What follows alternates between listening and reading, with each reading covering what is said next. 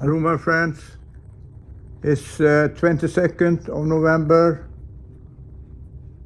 year 2021, and here is the back side. Here is the Teflon things coming in.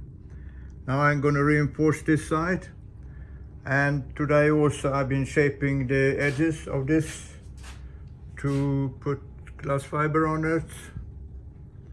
So here's the glass fiber, I cut it out, and here's the carbon for the Teflon fittings, and they are on plastic folio, so this where I'm wetting out them here, and then I cut it out with the scissors and transfer it over here.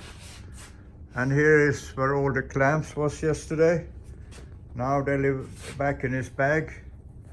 And I've been shaping this a little bit to make it good and nice looking. Okay. Hello. The pieces are now wetted out.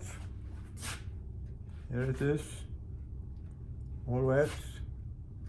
Ready to cut out and put in the position. Here is also being wet out with some ticks. Like this,